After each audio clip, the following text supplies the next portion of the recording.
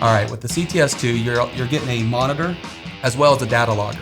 The data logger can be really cool for you, those guys who are doing events, competition type stuff, and they really need to check each run or each poll and see where everything is. So simple, touch the main menu, scroll up. You can actually see right here is the data log.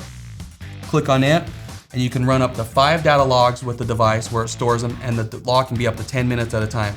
So if you're on a dyno and you want to run back-to-back comparisons and be able to check the logs each time, you can set up that way. If you were, like, say, running a track and you want to keep track of every time you go to that specific track, temperature, elevation, you'll be able to save that data log. So as what we do here is you can see one of your 5 data logs. Simply touch the data log you want to turn on. It'll give you a message of how it turns on. You can come back in and turn it off, or when you turn the vehicle off, it'll automatically turn it off and store it. So we come back in here, we got it on, hit the home key.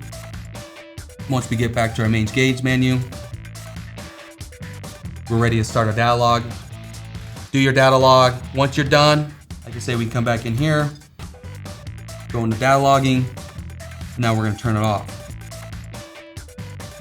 Now your data log you see here is red. That means that has been used and it's ready to be viewed. Now to view data logging, you actually use the Edge's MyStyle software. When you plug this device into MyStyle, there'll be an icon that says data logs.